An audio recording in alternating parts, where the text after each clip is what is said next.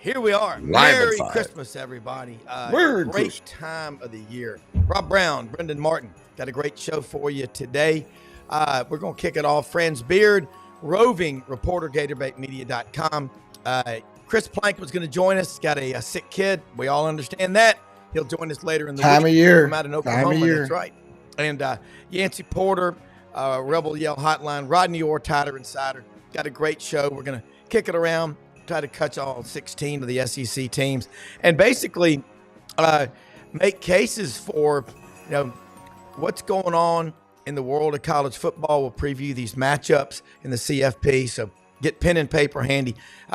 Take the phone and take a picture of that QR code. Scan it in there. You'll automatically be subscribed to Sidelines, SEC Sidelines. And so, look. And the Buddy Martin Show. And the Buddy Martin Show. That we do here. And our everything. We got a new segment coming up. We got a new drop in this week for SECU. Yeah, SECU with Norman Jetmanson. A really cool story podcast we did about the Sewanee 1899. Incredible story. And it's, Tony Barnhart, I believe, says it's the greatest college football team ever. And what they did, 5 wins in 6 days. And they weren't playing the Sisters of the Poor. It was Texas, Texas A&M, Tulane, LSU, Ole Miss. Pretty damn good schedule for anybody. So pretty solid schedule for anybody. Hey, check us out on Twitter, by the way. If you're watching on Twitter, go ahead and follow and like our stuff. Comment. You can leave a comment in the chat there if you're watching there. We do see it on our end. You can always tweet us at Rob Brownie, not Brownie. But at Rob Brown with an E. Brown with an E, yeah. Brown with an E with an underscore. Check us out right there. You'll see Sidelines. We broadcast there every day. Go ahead and like us and tell your friends all about us. Friends, families, neighbors, co-workers, colleagues, even esteemed colleagues. Lend me your ears. Yes, lend me your ears and your eyes. Hey, that's Brendan. Right. All right, Franz will be joining us here in a second in Central Florida. And we all know anyone that's ever traveled Florida, Central Florida is as country as Mississippi or Alabama. It's, I mean, everybody thinks of Naples and Palm Beach and Mar-a-Lago. I mean, they're there. They're there. Florida, way far down. Florida's got a lot of country, a lot of cattle. Well, it's north. There's North Florida, Central Florida, and then there's South. Well, then there's down LA. South, right? LA, the Panhandle. Right. Well, yeah, but that's part of that's why we're North Central Florida. Yeah. So if you count the boot and all that stuff, but it's very different. We get change of season here. Yeah, it gets cold here. It's a different kind of Florida. 90 miles from each coast. So it is. It's perfect to have a horse, Rob. That's why it is horse country. You are the horse capital of the world. Yeah, it is. And just update all of you that have contributed to Audrey's Christmas Angels. Thank you. We far exceeded her goal. It's the generosity of our friends and people. It's just, I don't want to name, you know who you are. Just thank God. It's these kids are going to have the best Christmas they probably ever had. And we're going to deliver a lot of the stuff personally. So love to help other people. And this show is a product of executive producer like Brendan Martin, who's on another level. He's so good. Franz Beard, our first guest of the morning, batting in the leadoff position. Batter, swing. Like a roving reporter. How you doing, Franz? Hey. Definitely roaming. I'm traveling through the Ocala National Forest. But the National Forest, which is he will clear up here because I know where he is in the forest because there's one spot in the forest where you get lost in the forest. But he'll come back to it. Hey, Franz, what part of the forest are you driving through? He is frozen. Hey, Florida State Way 19, and heading down to Useless. I'm also known as Eustis, Florida. Gotcha. All right. And I know about the forest people from Brendan. They're out there. Franz, look, we got the college football playoff committee. everybody's got their opinions. But if they're doing one thing, they're creating a lot of conversation. Everybody wants to weigh in about this team, that team, or whatever. Let's start with these SEC matchups.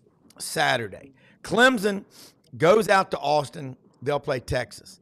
We talked with Ellis Johnson yesterday a lot about it. He's got a son who's a preferred walk-on the team with Dabo. Goes to practice a lot. Clemson struggles to run the ball. Texas, it's got a bunch of, as they say down in the South, a bunch of full-grown men on their defensive front. How does Texas defend the SEC's honor here, and how does Clemson get the win?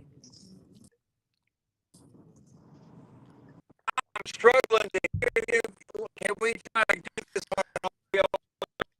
All right, why don't we just bring you back in when you get out of the forest? But Brendan, I'm going to throw some things out here, and I listen to a lot of talk radio, I listen to a lot of podcasts and all on this channel. We've got my show here in the morning. Brendan and I are doing at night the Buddy Martin Show, which is an awesome show. You get a lot of coverage of the Gators and the SEC, but I don't think there's any doubt. Texas, Tennessee, and Georgia.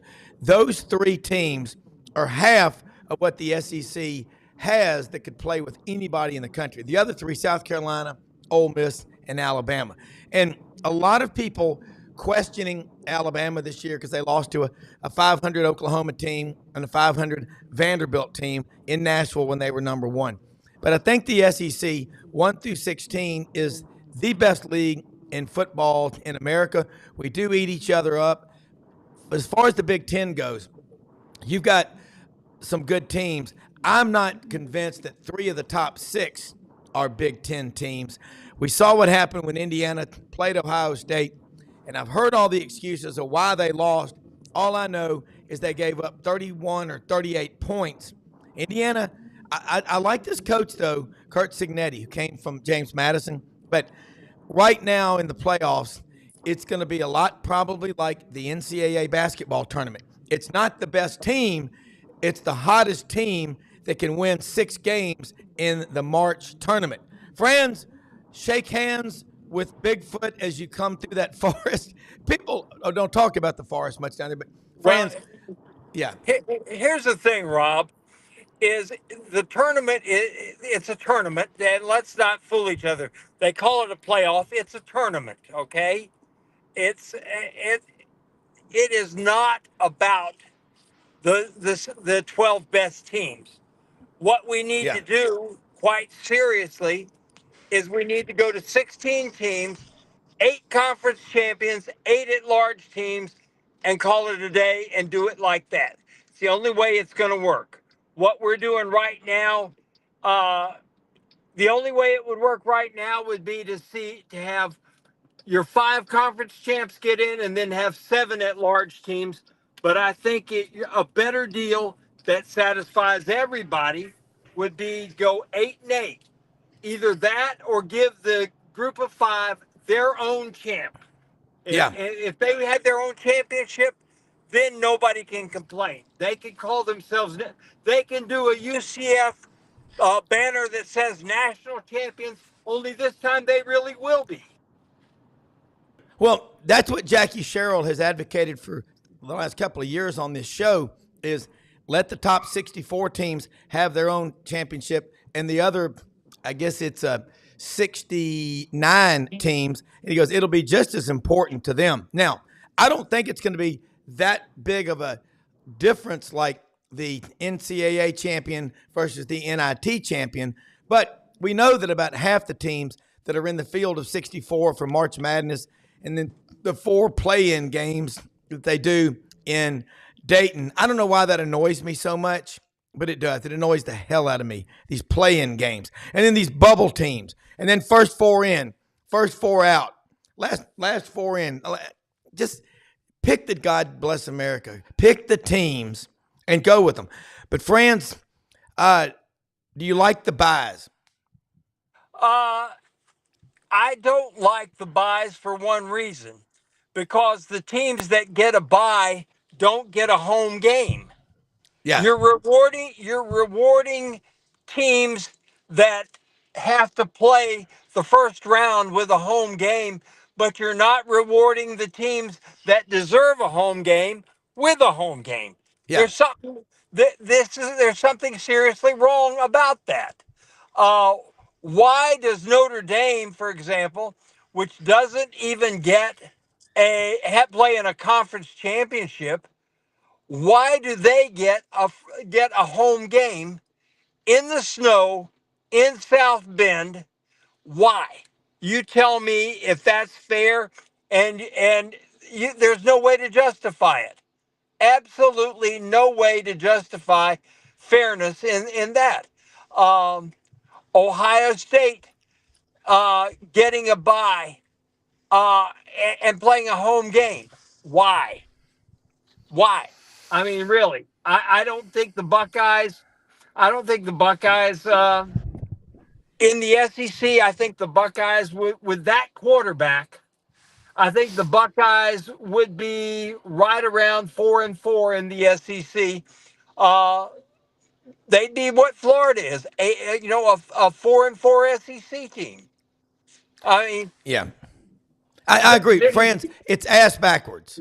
You give the teams, the top 4 teams get a bye, but they don't get a home game. Why do they think that is good? that's a question for the ages, and I don't know which age we're talking about, but it ain't the new age. That's for damn sure. The Stone Um, Ages. there we go. That's about it. Why do you reward Notre Dame? I keep wondering that. Okay, if you want to let them in the playoff, fine, but because they don't have a conference championship game, why should they be rewarded with a home game?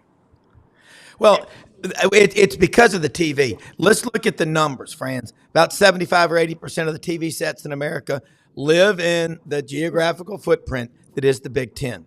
That's why this is going on. I don't think there's any other reason. Indiana, Notre Dame. I saw Greg McElroy on It's Always Football podcast or on ESPN yesterday talking to Marcus Freeman, who played at Ohio State. I think he was a linebacker at Ohio State. And I like Marcus. I think he's married, 5 or 6 kids. He's a Catholic convert. I think he's brought back the daily mass at Notre Dame, which is what the school's there for. They're not there to make other people feel uncomfortable. It's a private Catholic university. I like this guy, but I wish Notre Dame was in a conference, and I'll predict it now. They're going to be in the SEC eventually because the SEC is going to want to grab hold of Notre Dame and just gut punch the rest of college football and the rest of America. And I think it fits well with the contiguous footprint of the SEC. From Lake Michigan to Key West and everywhere in between in that corridor will be the SEC and the 70-plus million Catholics that you bring. Because everybody I know, if they went to Florida, Tennessee, Arkansas, if they're Catholic, they say, I'm an Arkansas fan and Notre Dame. That's why. Well, let me give you a piece of Marcus Freeman trivia. Who was the leading tackler for Ohio State in the 2006 national championship game against the Florida Gators? Was it Marcus Freeman? It was, with 15 tackles. He got a lot of tackles because Ohio State's defense was on the field a lot. Yeah, they were. Well, let's look now. Let's look at Georgia. Let's talk about, well, they don't play Saturday, but Tennessee does. Tennessee's got to go to Ohio State. And, Matt Dean said the other day, they're banged up. Ohio State is on the line of scrimmage. They're not the healthiest team. I'll tell you what else we're hearing I'm hearing it from Tennessee fans that I know. It's pretty easy to get tickets at Ohio State. And there's going to be a lot of orange and white in that stadium. I think people are going to be shocked at how many Tennessee fans are there. The Big Orange Caravan is going to make its way to Columbus. You've got to be careful. I'm going to tell you, you could be playing, 3 more games if you're Tennessee? Or 4? Okay, so you got to save your money. But there'll probably be a lot of people that will road trip with a bunch of people to Columbus and go back to wherever they are. But I think Tennessee goes up there and wins the game 24-14. I like their defensive front. I like their running game. Now, I'm not, if they have to get into a passing game to come from behind two touchdowns, I don't like their chances there, friends. Well, here's the deal. Florida beats Tennessee if Graham Mertz doesn't get hurt. Period. End of story. I agree with that. Ohio State, I don't think is as good as Tennessee. What does that tell you about the SEC in Florida, for example? Yeah. And I hate to throw the Gators in there, but they're going to mop the Ray J floor with two-lane highway come Friday afternoon. Anyway, besides that, Ohio State does not have a quarterback that, I mean, how in the hell do you let Kyle McCord go and you settle for this clown who can't hit, you know, he couldn't hit me. And trust me, I've lost a step or two, maybe three. Oh, no, you do not. 23. So you got to give me credit for at least having a step or two or three or four. You know, at any rate, they're not going to be able to throw and they're not going to be able to protect. And they can't run the ball. You get Quinshon Judkins, who can run through steel walls, and he gets 500 yards rushing. Tell me that tell me something is wrong here. Yeah. And Ohio State, I think, has totally outkicked its coverage by getting in this playoff. They should be going to the Citrus Bowl and playing somebody down there, while somebody good like Ole Miss gets in. Yeah, I agree with you, and that's what I'm saying. It's the TV sets. I saw this one coming. The harbinger of things to come was that TV set number. That's just so many TVs, and that's what they're going to come out and do. They're going to say it's all about the money and the TV, and that's the problem.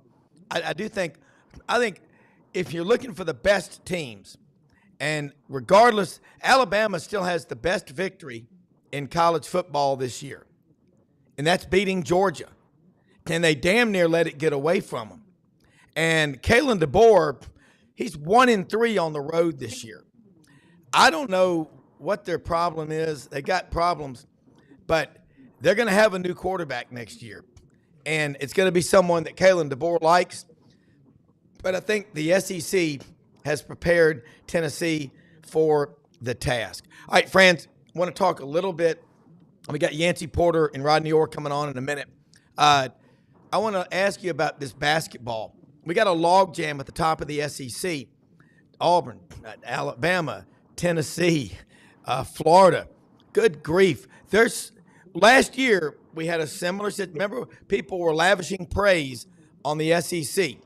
Got to tournament time, and they fell hard. It was not pretty. Auburn lost to Drawn's Business College or whatever in the first round. That can't keep happening. How much better is the SEC right now based on these ACC and Big Ten challenges and the results to this point? Can you read much into it, or is it sort of a false reading? I think we might have lost Franz there for a second. He'll be back. He'll come back to us, but I think it's an interesting question that you pose, Rob. Well, I mean, you look at Florida with Todd Golden. I know. And Rick Barnes at Tennessee, Chris Beard, Nate Oates at Alabama. Friends, is this the year? Yeah. I mean, is the SEC this year going to be a better basketball league than it is football league? Well, Joe Lunardi says right now 12 SEC teams would get in the tournament. Yeah. And wow. He's not so sure that they wouldn't get 13 or 14 in, but doesn't think that they will because everybody will say that's too many.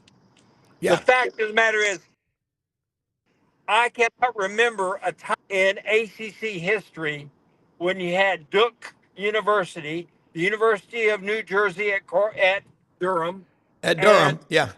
and Clemson, there's a P in there, as the only two ranked teams in the ACC. 14-2. Yeah. Quite frankly, Clemson. I still can't believe that. And let's just face it, the the ACC Zebras did Duke a solid against Auburn. That was, Well, look, hey, you saw Memphis go over to Clemson Saturday and get the win. yeah. And trust me, let Auburn play Duke 12 times. Auburn will win 11 times as long as it's not at Cameron. You can play it Yeah, anywhere else in the world. You can play it.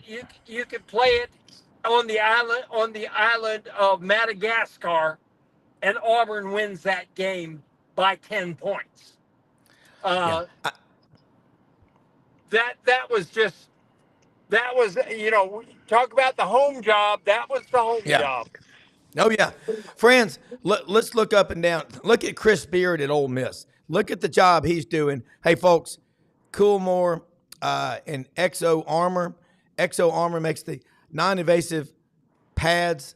Bottom line, you're playing a football game. You get hurt in the first quarter using 3D printers. High schools need to be getting this. Colleges and pro teams are doing it. You need to find out about this service. Take a picture of that QR code. If you're a coach and you want to keep your team as competitive as possible, Exo Armor, they're based out of Auburn, marketing Sarah Cooley out in Portland, Oregon. It's a great company. You ought to see the innovations that they're making. And look in the games, and you see these guys. How is this guy playing? He jammed his wrist in the first quarter. He's back in the third quarter. It's Exo Armor behind it. It's absolutely an amazing company, as is Coolmore Logistics. I was up in the box with Robert Weaver and John Dicken. Great, the trucking company based in Memphis with a global reach. Anything that you need shipped, lumber, cotton, steel, they can ship it coast to coast and everywhere in between.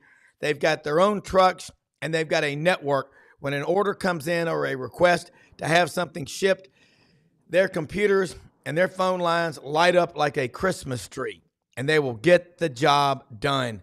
These guys are young, they're aggressive, they're ambitious, but more than anything, they got two things going for them. They got the work ethic that you've got to have to make it in business. On top of that, they will deliver. They will ride and stay on those drivers until they get the job done. If you're wanting to move something from Birmingham to Memphis or Memphis to Los Angeles, Coolmore Logistics is the company.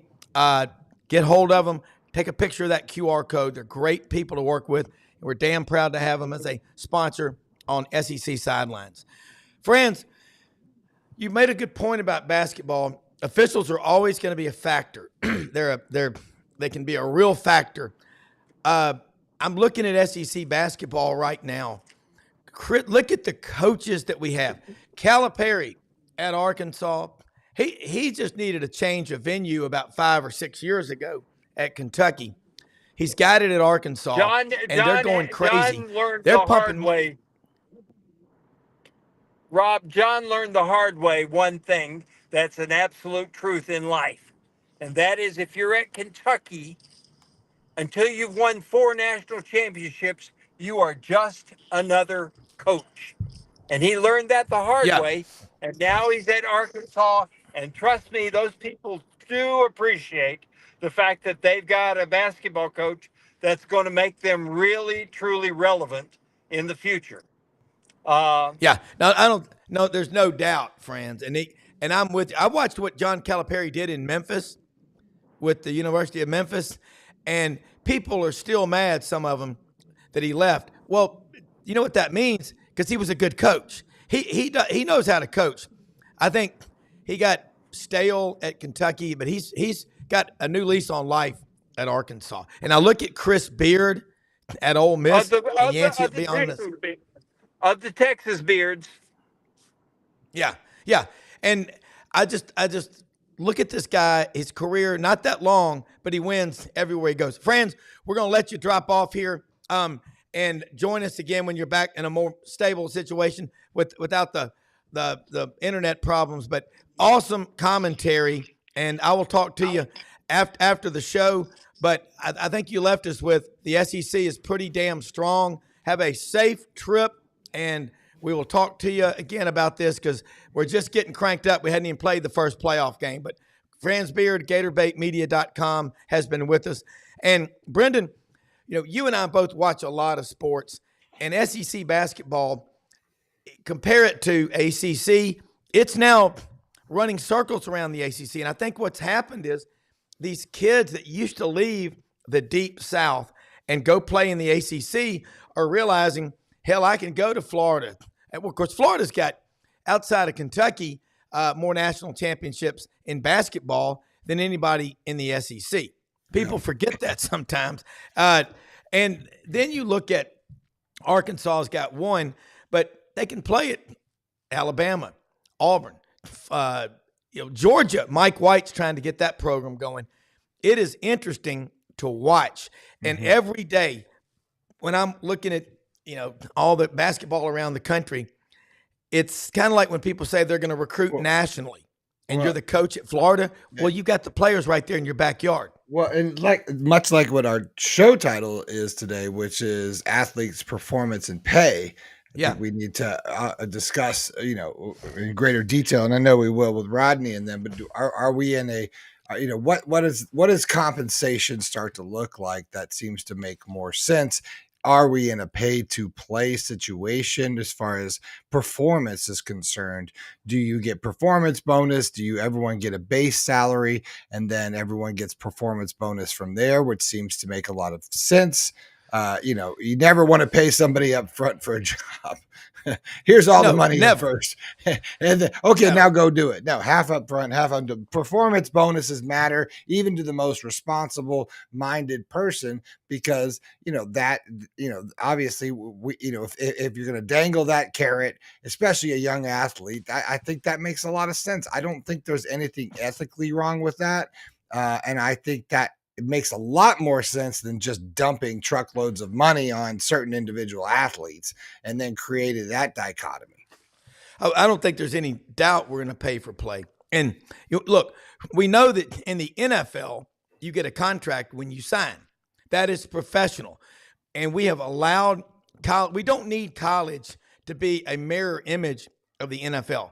And if it's true that Bryce Underwood, the Michigan signee, was paid over $10 million of NIL money, that's more than a lot of NFL rookies are signing for. And this kid, let's look at an example. Missouri, Warini, the defensive edge rusher out of Kansas City, top 5 player in the country last year. They got that in-state NIL deal in Missouri. If you're a Missouri kid and you sign or commit to Missouri in high school before you even enroll at Missouri, you can start receiving NIL money. You know what that kid did? He had like 3 or 4 tackles as a freshman. He didn't do a damn thing. And I think he's already in the porthole. Okay? He's already quit. So, yeah, this is not going to work. It's either, but you've got to embrace the portal. If you don't, you're a dead man walking. Well, yeah, but which includes embracing the, a structure that and makes the NIL.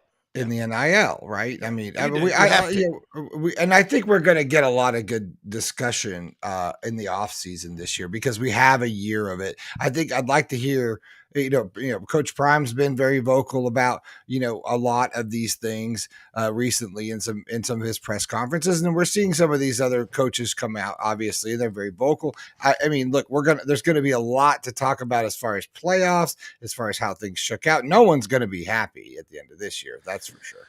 So, so we're gonna, does it happen all at once? I think the thing is that we just don't know, right? We don't know when or where or how or what or why. Brendan, here's a danger I see that we're going to have to deal with. Quinshon Judkins had 1,600 yards at Ole Miss as a freshman. Pretty good year last year. Him and his mom, whatever happened at Ole Miss, it was a change of venue was needed. You know, Ohio State paid him a boatload of money, Yeah. and he rushes for 511 yards. If they spent $20 million, I'm not surprised. Look, the federal government spends billions and trillions of dollars to try to cure problems all the time. That does not money. If money can solve it, it's not a problem. And I'm looking here at the NIL and the pay for play. It's not sustainable. But you better embrace it now, because if you don't, you'll become irrelevant. But long term, if you can't build a culture, Georgia's got guys leaving. They've got starters, and they got a bye in the first round. They've got some starters that are already in the portal. Now, even if those starters stay, the trust factor that you've got to have to be successful on a team, it's been tampered with. And speaking of tampering, these agents, these street runners, okay, they are a problem. And we've got zero structure. What we've got is a bunch of spineless, feckless wimps that are running the NCAA that are afraid to hurt anybody's feelings. And that's why we're in the situation that we are. We don't need a czar. That did not end well for the Romanovs, okay? We don't need a czar. What we need is a commissioner, and we need a small team that stands at a table with no chairs and has 10-minute meetings and says, okay, guys, ladies and gentlemen, this is not sustainable. You cannot continue to keep going back to your fans. And I think Gary Harris and Rodney Orr both said this a couple of years ago. And Rodney Orr, Tighter Insider, folks, is only $48 a year. He's also just become one of my favorite people we have on this show because he's just a good man, a good father and grandfather. Rodney, you and Gary said at first it was tough for Alabama to embrace NIL because he said, we are the pinnacle of college football. We're already paying for Tide Pride and all this other stuff. Now you're asking us to go back and pay more, but whatever it takes is the motto in the SEC. But Rodney, I'm shocked. If I'm a second team player and I'm a sophomore and I'm at a program like Alabama, I'm going to work my butt off and work and follow the process, because no matter what happens, if I stay at Alabama in this case and get my degree from Alabama and stay out of trouble for 4 or 5 years, do everything right, man, people are going to see that diploma in my office and that letter and go, wow, you went through all that in 4 or 5 years. Let's do some business. Rodney, how are you? I am doing well, Rob.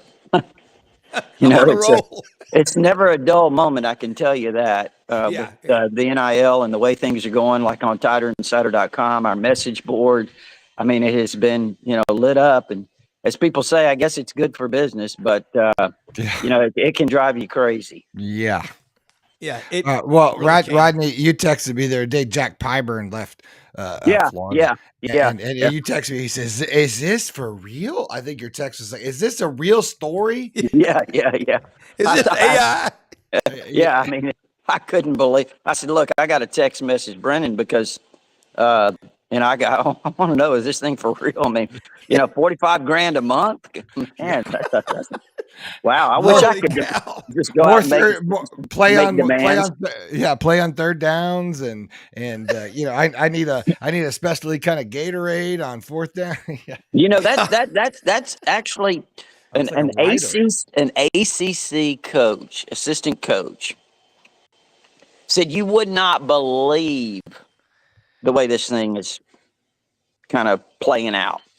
All the scenarios, all the stories that he's got, very similar. Pyburn's not the only one. He said they had a linebacker they were recruiting that brought a chart on his visit to the school and said, okay, this is what I need, this, and this. I mean, it was a laminated chart. And and he's like, this is what I need. And he had in other words, he had things broken down like, I have to play on 3rd and 6. Yeah, that was Pyburn. Yeah, was that Wow. 5-2? Yeah. Yeah, Same yeah. thing. It was like a Good. writer for a comedian or something. It was like, I need a bag of nuts and a bottle of tequila on first down. And Yeah, yeah, yeah. we'll Well, we'll welcome into the show Yancey Porter. Yancey, welcome to Yeah. the circus. How's everybody doing? Is everybody getting ready and excited to watch Boise State and SMU and Clemson and Indiana playing these playoffs? I know I am. Yeah. And Rodney and Yancey, we were talking with Franz Beard. Franz Beard was trying to go through the Ocala National Forest, and Bigfoot got him. But before we lost him, Franz, we love you. We were talking about this. And if you look at the hottest teams and the best teams, 9-3 Ole Miss, Alabama, and South Carolina are better than most of these teams. If you put any Indiana, Ohio, Boise, SMU, if you put them in the SEC, they'd be ground up into hamburger meat. Okay, that's just what would happen. Yancey, I was Well, listening to look, you. the good news is that a lot of Americans are going to make a lot of money on these games because they're going to be blowout city. Yeah, And then, at the end of this, like TCU and Georgia game, they'll say, okay, we got to make some changes. Let's actually get the best teams in. Let's not have a woke policy in here and make yeah, sure there's inclusion for everybody. And we're going to have the real playoffs probably starting next year. But yeah. this is going to be a snoozer in these first rounds for the most part. Yeah, I would agree, Rodney. Alabama at 9-3, the standard, they don't like that. And I was telling all my Ole Miss friends, I said, now y'all are getting to where you've been wanting to get, and you're pissed off. I think Yancey said last week it was like a wake. People are so mad at 9-3, but that's how you get 12-0, 14, 15-0, isn't it, Rodney?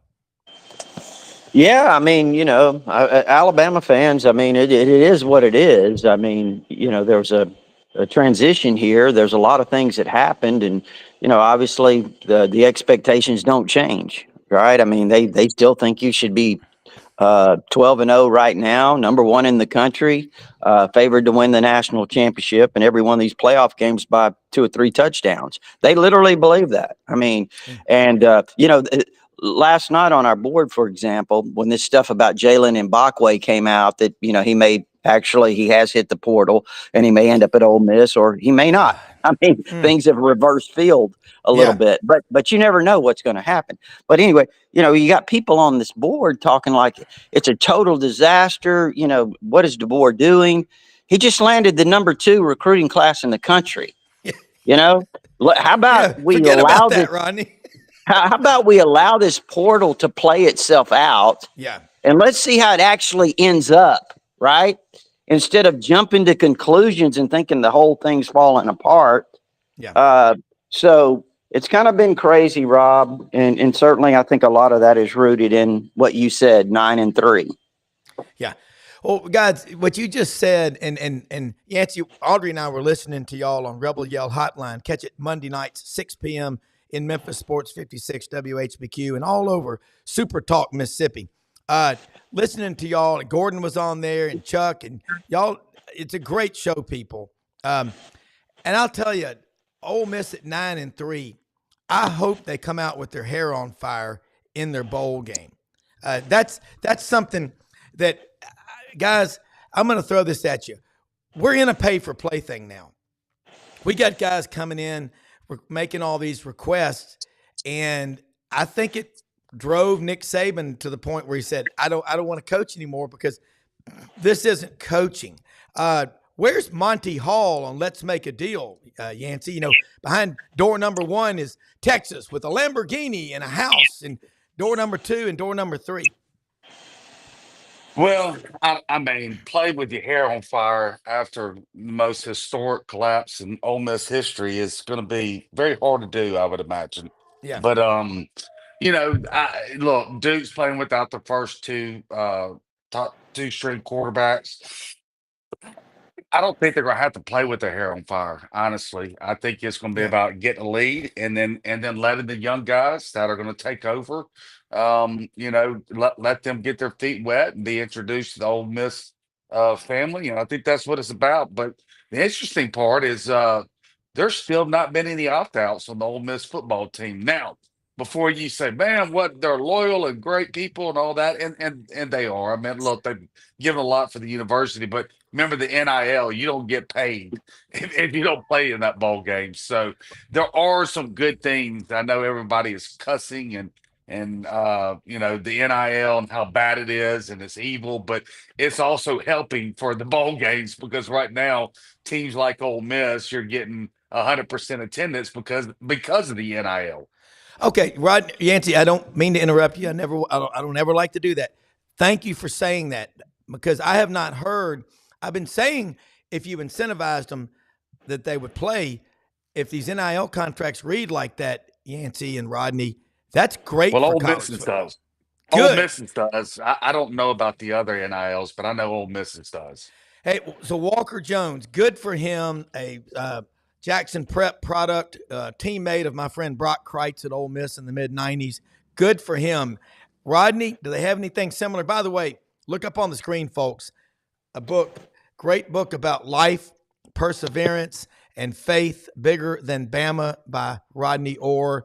It's a great Christmas gift. Read it over and over. But is that a similar situation at Alabama, Rodney, to where if you don't play, you don't get paid?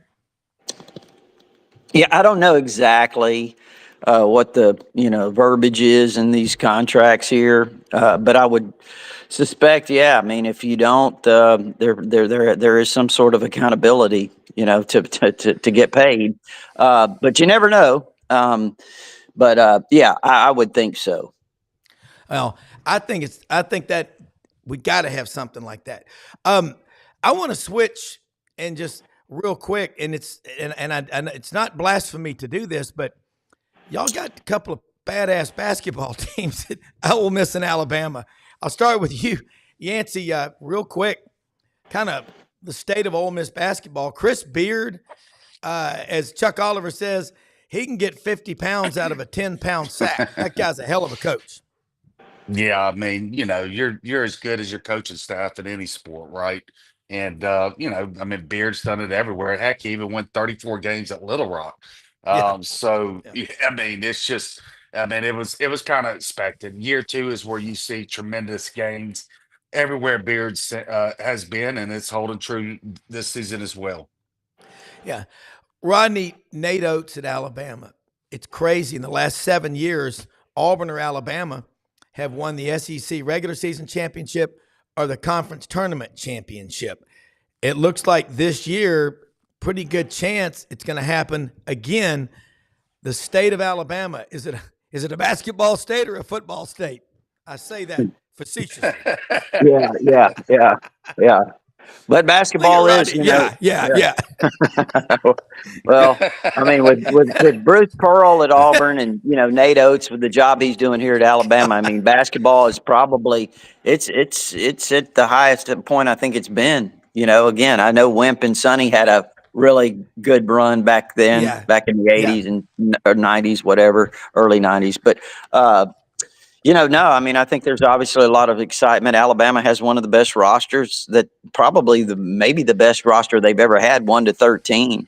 They're really excited. I mean, obviously they're off to a great start. They've already had some big wins, and here's the funny thing, man, is first of all, I don't know about, other programs, but I know Alabama fans that when they look at basketball, they look at it from a football perspective.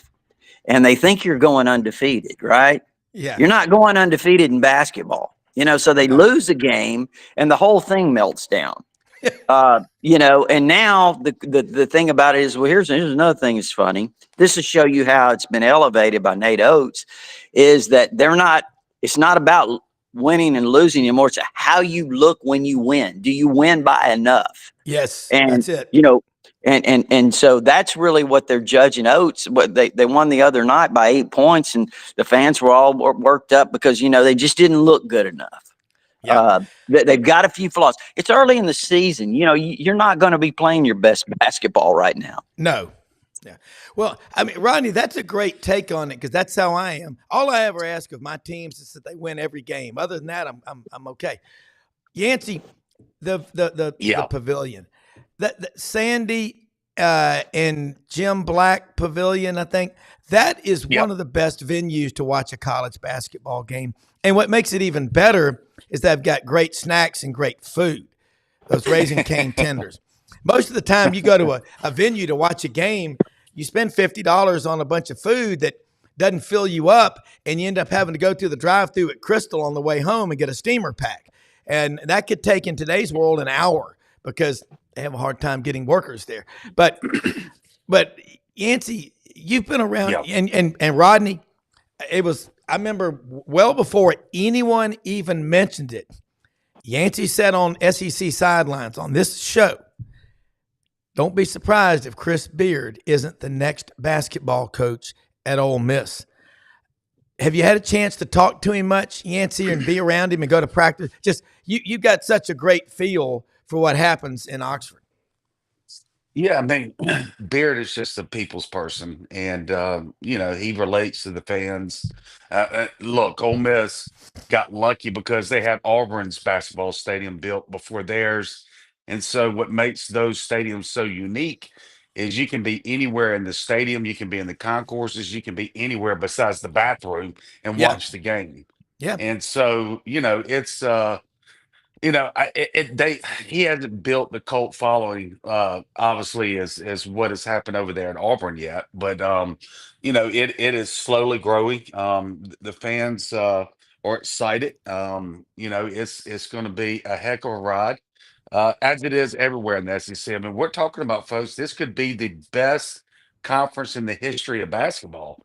I mean, they're yeah, talking about up to 12 teams getting in to the tournament. I mean, this has never been done before. I mean, this is unbelievable what the yeah, conference is. You're going to have 7 and 11 teams getting into the tournament. yeah. I It's agree. just it's unbelievable. It's unbelievable. I've gone back and forth. I mean, I still think Alabama's the best team in the country, but I've looked at Auburn at times, and I think they're the best team. I'm at Florida going, wow. I mean, it's unbelievable what this conference is bringing this year. I mean, I think it's going to be the best season, the most exciting season in SEC history. Yeah, and Rodney, you think about it's there's of the top 25 winningest football and basketball teams. I think there's 5 schools in America that are in the top 5 all-time wins for football and basketball. I don't think in the SEC that we have anyone in the top 25 for both. Does it pull resources away that would go into football, in your opinion, Rodney? Or is that just a different crowd of people? No, okay. Clarify that for me because I Well, don't I understand. mean, in terms of the money givers, there's certain Yeah. people that, I'm only giving to football. And like, I look here in Memphis, the University of Memphis, they got a lot of their fans will sell blood plasma to support Tiger basketball. Okay? Yeah, right. But they don't support the football program worth a damn. They've had Yeah. back-to-back 10-win seasons. And I feel for Ryan Silverfield.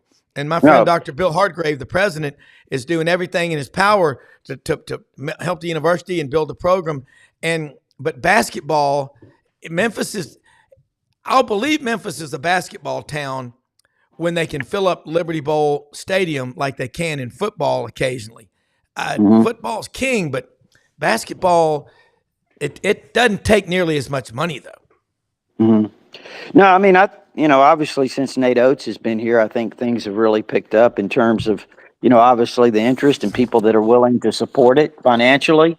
I think those things, I think last year, just to give you an example, when the Kentucky job came open, there was a lot of talk that, hey, Nate Oates may be a leading candidate, one of the top 2 or 3 guys. And I think people stepped up immediately and, they bolstered that NIL, to kind of as a way to kind of influence him to stay. And I think it certainly helped. And they did things in terms of making, he wanted this training facility built, and they agreed to that. So, no, I mean, I think certainly here, when you're talking about the support, it's probably at an all-time high when it comes to basketball.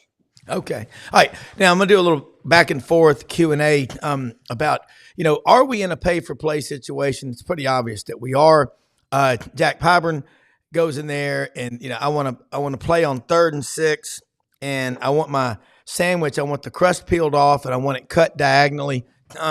Golly, my kids used to do that, but not a 19, 20-year-old college football player. But it's getting to be that ridiculous. And what I worry about is guys not playing in these playoff games. We've already got kids now opting or quitting on their teams is what it is. Opt out means you quit. Okay, just call it what it is. Their senior year, after serious discussions and prayers, I've decided to forego my senior year to get ready for college. Well, pretty soon we're going to have guys that don't want to damage their body and for 3 years are going to work out with a personal trainer running into dummies to get ready to play pro football. And most guys' pro careers last about 4 years. And I think the pension, you got to be in there for 4.5 or 5 years. So are we going toward it, Yancey, to where we're going to have guys, No. Okay. No, because the NIL. I mean, you're getting some just regular starters now making 7 digits. Rodney just talked about the cornerback there that wasn't even a full-time starter that it's rumored he's getting 7 digits. Yeah. So, and look, if Ole Miss gives you 7 digits, I mean, good for the kid.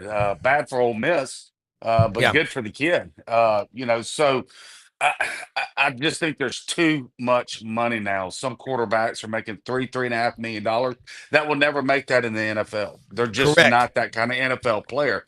So, with the money is going the way it is, and I know some people are thinking that this new NIL structure where they're saying it's going to be a real NIL and it's going to be fair market value and all that. Do you really think that that's going to hold up in court? Never.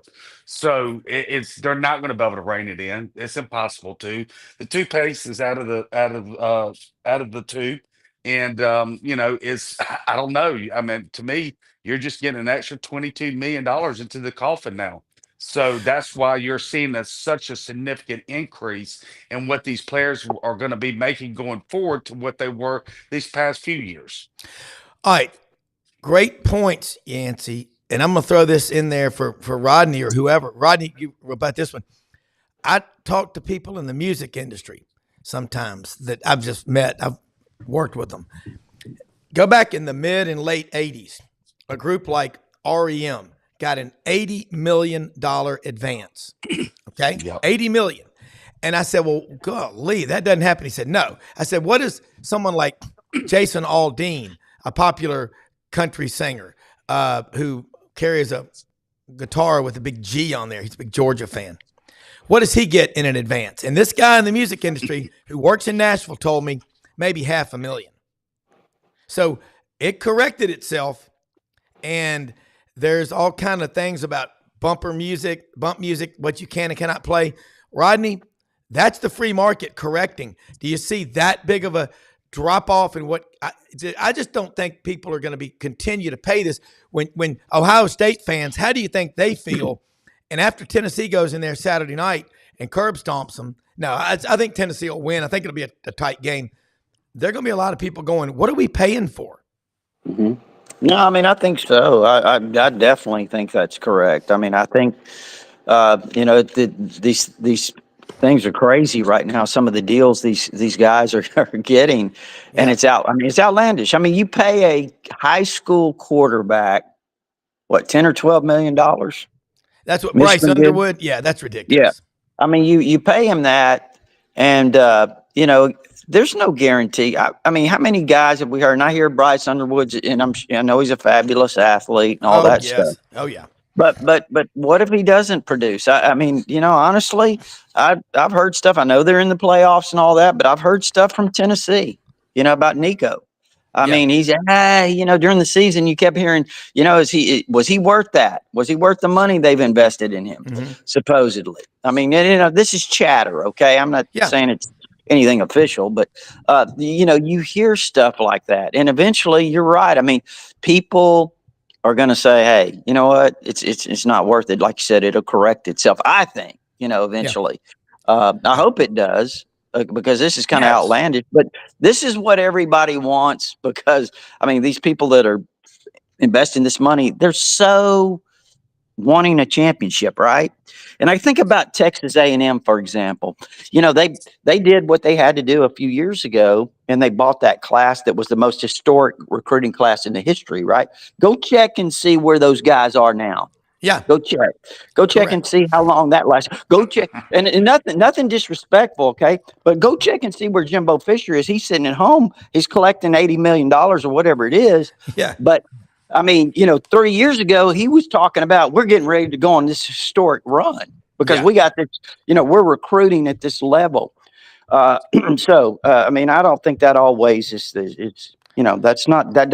that does not, no matter how much you invest, it does not guarantee success. Well, I had a But guy tell me one. here's the deal, guys. So they made a strategic mistake. They put all that money in high school players that Yeah, were right. not ready instead of into the portal. Correct. Yeah, Right? Well, If he would have used that money in the portal and got a bunch of Walter Nolans and Amosons and all those players like Ole Miss got, and times two got it, with all that money they spent, they would have won a national championship. But instead, Well, they invested in a bunch of 18-year-old kids. here's the thing though, Yancey, and you said this last week, and it stuck with me. You said this is the most I think. Correct me if I'm wrong. You said this is the most disappointing season in Ole Miss football history. Yes. Is that what you said? See, Undoubtedly. but it doesn't guarantee the success that people want. You know what I'm saying? Yeah. And so it goes back to Rob's question: will people that are investing this money eventually say, you know what, we're not paying this guy. He hadn't done anything. These guys hadn't done anything. We're not doing that anymore. Exactly.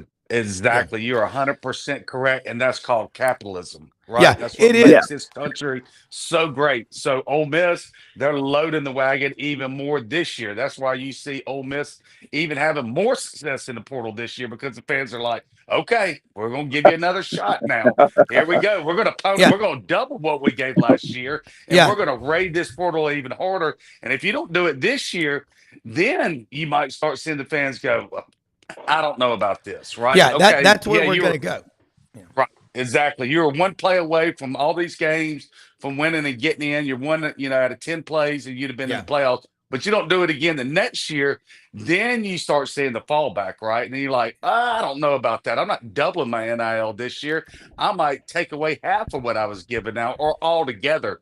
So you're right. That is called capitalism. And that's what will eventually even everything out in this NIL world, right? In the free market. Yeah, let me say something about one of our sponsors, Winter Timber Outdoors, located in Athens, Alabama, right outside of Huntsville. You know where it is, near Town Creek, where Antonio Langham, the Goods. Remember Terrence Lynch, hell of a defensive end, Rodney, at Alabama? There were like 5 or 6 kids, Ellis Johnson told us, from that one little town that played at Alabama that all went to play in the NFL. That's right. And Winter Timber Outdoors, located in Athens, Alabama, they're going to grow in the footprint that is the Southeastern Conference. I was down there about a month ago. The store is incredible. It's a big store up front. Then out back, they've got the deer stands and everything you need for your food plots, boats, everything. All the shooting sports. They got you covered A to Z. Over 2,000 shotguns, rifles, handguns in there. A well-trained staff. Kenny Winter, the CEO, Dylan Monroe, the COO, they know what they're doing. Their staff is trained. You've got all the gear. They've got, you name it. Dixie decoys, duck camp. They're a huge Sitka dealer, okay? Everything from duck hunting, deer hunting, all the big game. They got you covered. Winter Timber Outdoors. They broke ground about 3 weeks ago in the new store in Auburn. And also, LandersFordMemphis.com, the #1 Ford dealership in the Mid-South, committed to the customer experience being the best you've ever had. Look at all the opportunities to purchase new cars, trucks, and SUVs showing up here on the screen. They're open Monday through Saturday, 7 a.m., 7 p.m. Service department will pick you up at your home or at your office and provide transportation for you. They're good. They're efficient. Let them know what you need, and talk to Brad Bellamy, the general manager, great friend of our show. They're invested all over the Mid-South, presenting sponsor of the Touchdown Club, St. Jude. If it's a good cause, they're involved in it. Hey, if you didn't buy your last vehicle from Landers, you probably paid too much. Let's get back to capitalism. Guys, I had a guy tell me one time, and he said, if you end up marrying for money, you'll pay for it the rest of your life. I think what you had at Texas A&M. You might need to tell my wife that. Yeah, but my brother-in-law Kurt, who was in the Marine Corps 26 years and did 7 combat tours, said, I got a lot of free, from the government in my career, but I've been paying for it the rest of my life. You got to be careful if the only thing that bonds you is the exchange of cash. If there's no loyalty, no culture, it's hard. You cannot have trust without relationships. You can't have relationships without trust. But I will say this, Rodney, and you can answer me on this one, and then I want Yancey to. I don't have any respect for people that don't push me real hard. And I don't respect myself if I don't push my own kids or someone that I'm coaching or advising, if I don't push them real hard. Nick Saban, he's the best thing that ever happened to ESPN Game Day. But he's fair. But then you look at these commercials that he's doing for the vacation, Verbo or whatever. He goes, here's the rules: no fun, no showers, and then he's in the hot tub with the couple on their big chill weekend. I mean, he's pretty damn funny. Yancey, Yeah, he is. Yeah, I mean, he is. I mean, so what exactly am I supposed to answer here? I kind of got lost. Okay, I know we went around the world there. Yes, we did. We did a Rob Brown 360. Here's what I'm just saying. If all you have is just you're giving them money and they're not bought into what you're doing and your culture, and they don't know, in their case, about the history of Alabama, about Dr. Denny, who was there from 1912 to 1936 and increased enrollment at the University of Alabama from 500 to 5,000 students. And during the Great Depression, a lot of Yankees, they let them in school down there, and people said, what are you doing letting all these Yankees in? He goes, they're paying full tuition. They're keeping the doors open. Next stupid question. Again,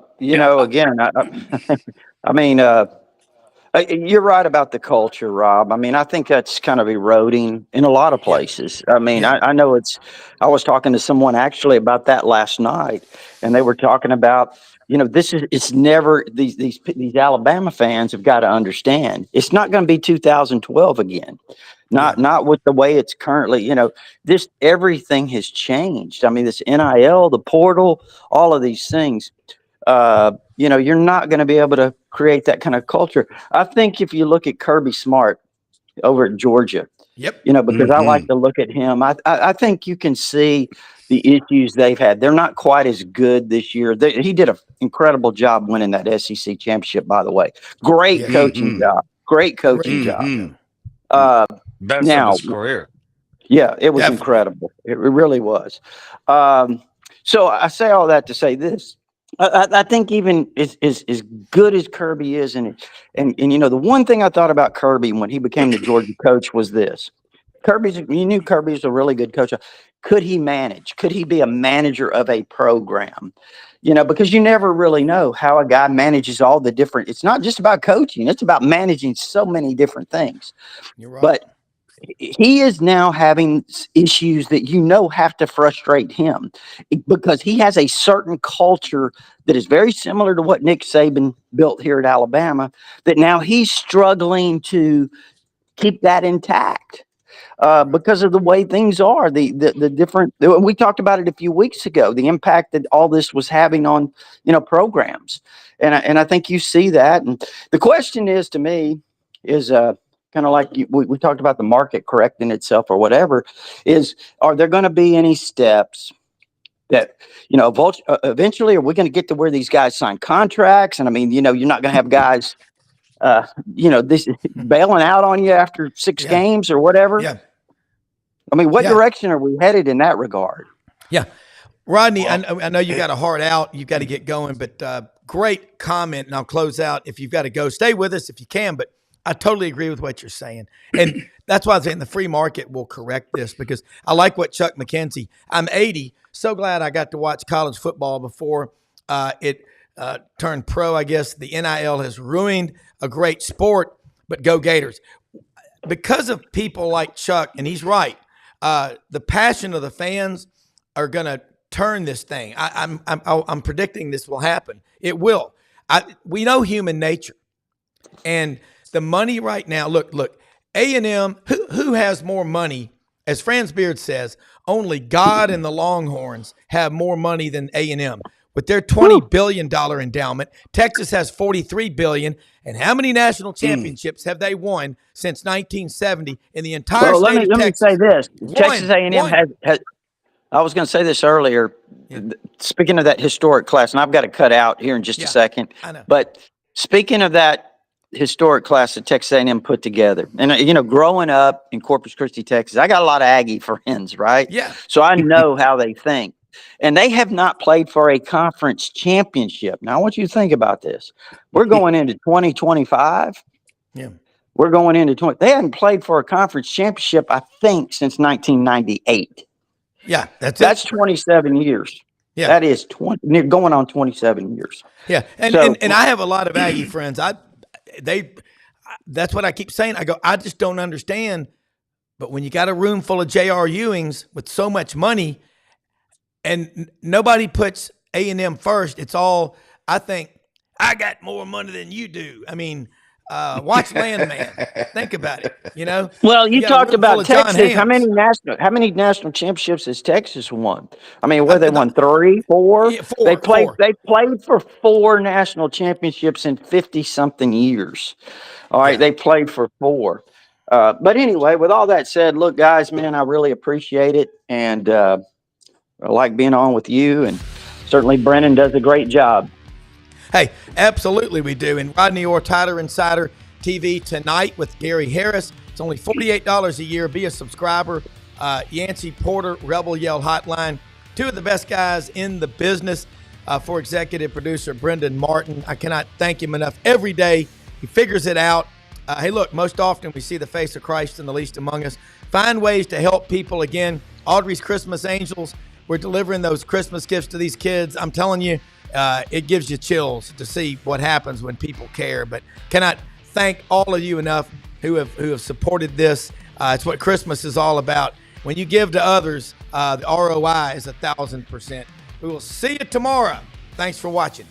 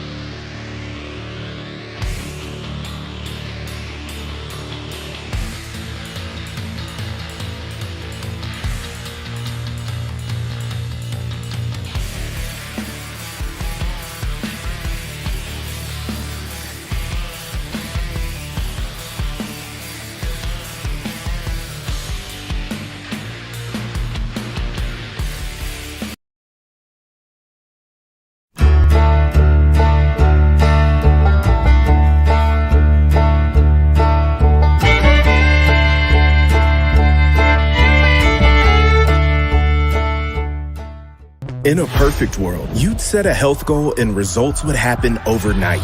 In this world, the real world, it takes time, dedication, and the right support to achieve your best self. The Vitamin Shop's health enthusiasts are here to make sure you're not wasting a single moment on the wrong supplements. From the highest quality sports nutrition and superfoods to the most sought after trends, you'll find a huge variety of science-backed solutions for every goal.